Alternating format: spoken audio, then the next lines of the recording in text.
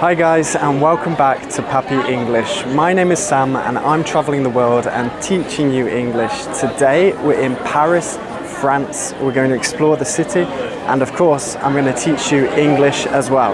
So let's go. This is Paris. In terms of splendours, it's difficult to compare this. Splendours are the beautiful features or qualities of a place. The splendours of Paris include the delicious foods to taste.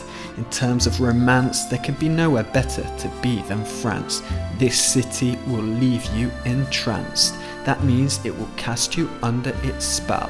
Welcome to Paris. We've come here to learn English, so let's do that as well. So guys, to begin this trip around Paris, we're at the Sacré-Cœur, where we are going to start beginning some French vocabulary that we also use in English, French expressions that we also use in English as well.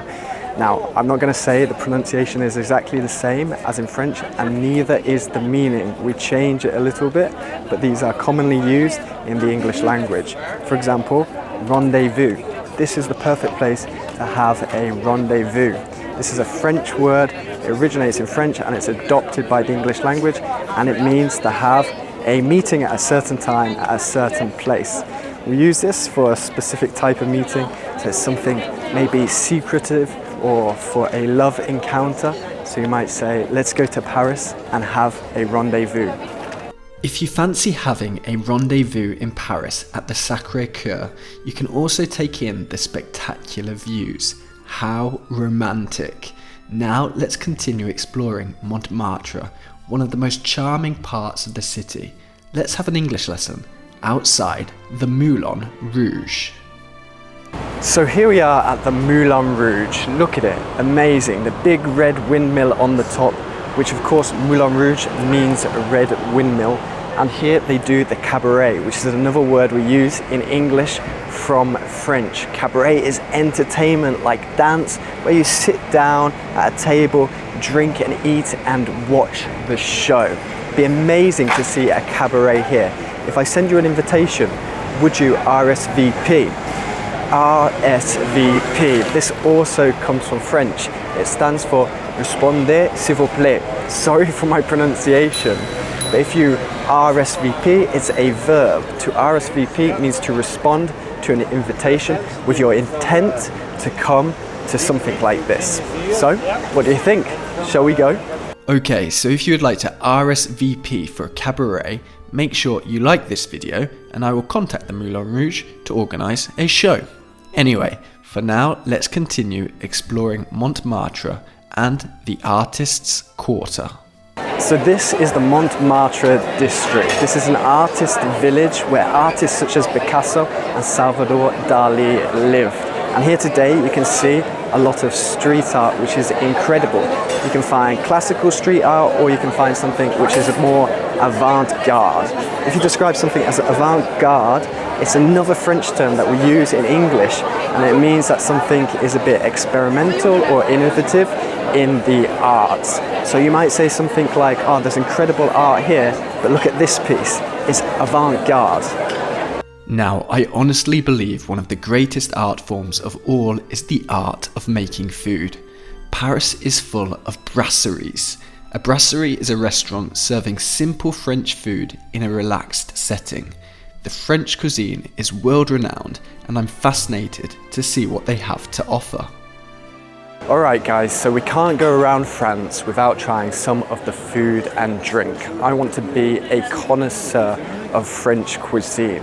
A connoisseur, well, that's another French word. It means somebody who knows a lot about food and cares about the art form of food and drink.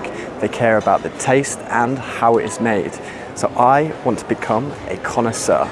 Okay, so let's get down to business. I'm trying escargot à la bourguignonne, a traditional French dish that consists of snails that are baked with garlic and butter. You simply pick the snails out of their shells and bon appétit. I'm no connoisseur, but these snails are delicious.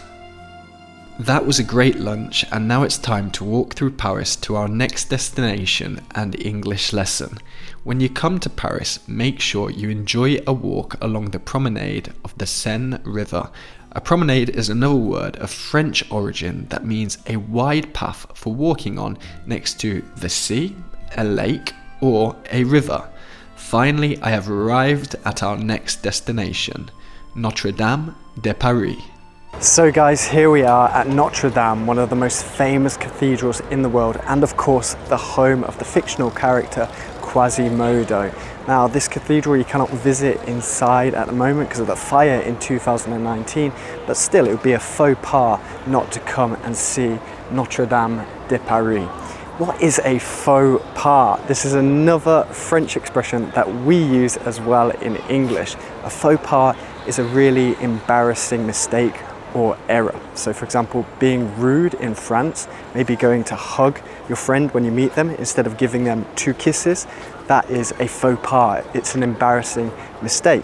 And in my opinion, it would be a faux pas not to visit Notre Dame. At Notre Dame, I took the opportunity to learn about the fire and the work taking place to restore the cathedral. Paris seems to have an infinite number of remarkable sites, each one exquisitely beautiful and sure to contain hundreds of English lessons ready to unlock. However, for this video, our last English lesson is saved for an iconic landmark, standing at 330 meters tall and watching over the city of Paris. This is the Eiffel Tower.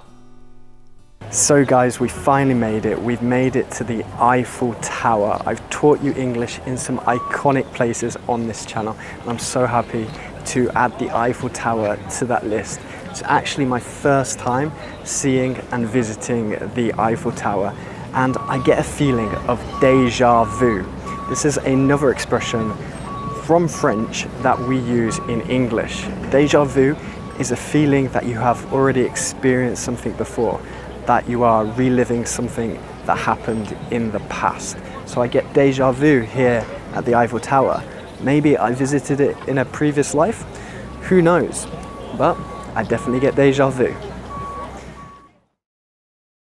So there we go guys, that's the amazing city of Paris, France. We've learnt some English inspired from French expressions and French vocabulary that are used commonly in the English language today. Try writing an example sentence using the language you learn in this video in the comments. Make sure you subscribe, and I'll see you in the next video. Bye! That was the captivating city of Paris, a beautiful and fascinating city, and a city full of brilliant English lessons. I'm travelling the world and I'm teaching you English. Where do you think I should go next?